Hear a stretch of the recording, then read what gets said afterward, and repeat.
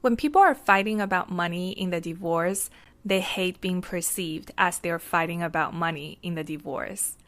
They like to add a disclaimer like, I'm not trying to take my husband to the cleaners, or I'm not trying to screw her financially, but, or I don't want to come across as selfish, but. We often associate money fights with shame because we see them as a reflection of moral values and character traits. If we are the less moneyed spouse, asserting our financial needs or desires can be perceived as selfish or greedy. We may fear being judged for appearing to prioritize money over personal relationships. Being the less moneyed spouse also brings up feelings of inadequacy. If we are the moneyed spouse, the fear of being seen as cheap can stem from the pressure to meet certain expectations regarding generosity and financial support. Others may expect us to give away money freely because of our financial status.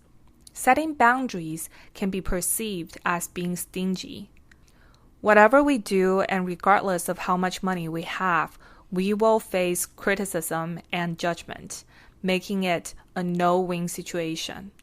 It's futile to add a disclaimer to what we're trying to do financially in a divorce. Divorce as a legal process is all about money. That's essentially what matrimonial and family law is about. The institution of marriage is about protecting property. In ancient and medieval times, marriage was a transaction where dowries and bride prices were common, and property was transferred as part of the marriage agreement. Later, marriage became formal contracts to outline property rights and inheritance, protecting family wealth. Still, women at the time had limited property rights.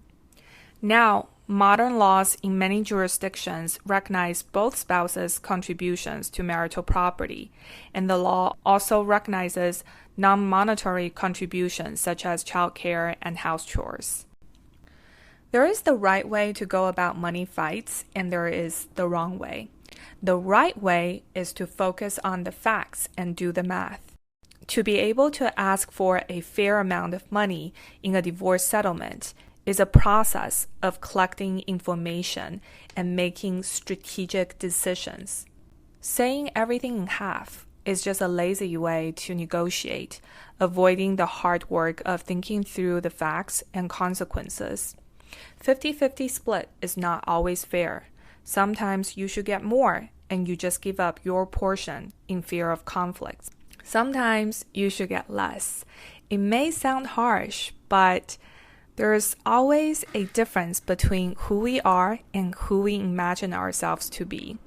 And sometimes our contributions or sacrifice is not as big as we might think. Saying, I need financial help in all aspects is basically saying you don't know your priorities and you're hoping someone else will do the work. I can assure you, no attorneys will care more about you than yourself, and matrimonial judges are more about settlement facilitation than making decisions on your behalf. To get the facts straight and have a game plan, use anew. You will get a full view of your finances and take stock of your financial situation comprehensively.